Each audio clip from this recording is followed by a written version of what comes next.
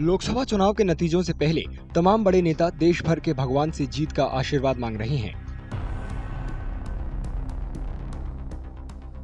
नई दिल्ली लोकसभा सीट से बीजेपी उम्मीदवार बांसुरी स्वराज मंगलवार सुबह कई मंदिरों में दर्शन के लिए पहुंची। बांसुरी स्वराज ने दिल्ली के लक्ष्मी नारायण मंदिर में पूजा अर्चना की।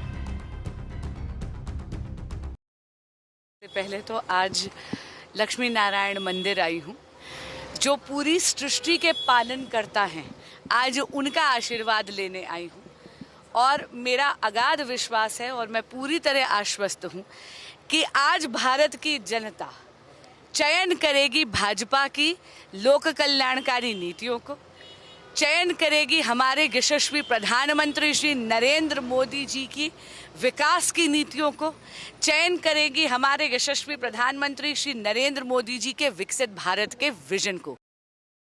तिरुवनंतपुरम सीट से बीजेपी उम्मीदवार और केंद्रीय मंत्री राजीव चंद्रशेखर ने कहा कि बीजेपी और एनडीए के लिए अहम बात यह है कि पीएम नरेंद्र मोदी तीसरी बार प्रधानमंत्री के तौर पर सत्ता में वापस लौटें।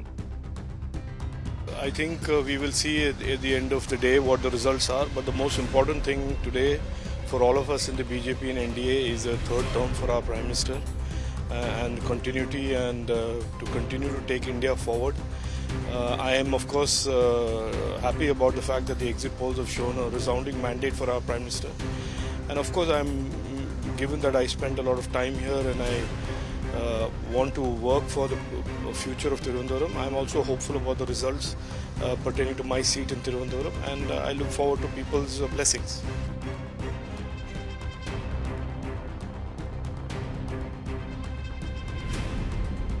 दिल्ली की चांदनी चौक लोकसभा सीट से बीजेपी उम्मीदवार प्रवीण खंडेलवाल ने जीत का भरोसा जताया।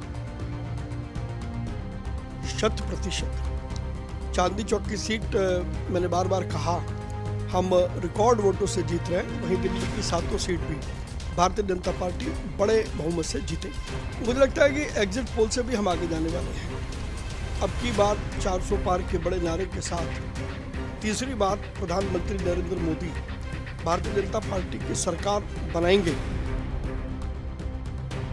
हैदराबाद सीट से बीजेपी उम्मीदवार माधवी लता ने लोकसभा चुनाव में जीत का आशीर्वाद लेने के लिए सिंह वाहिनी श्री महाकाली मंदिर में पूजा अर्चना की।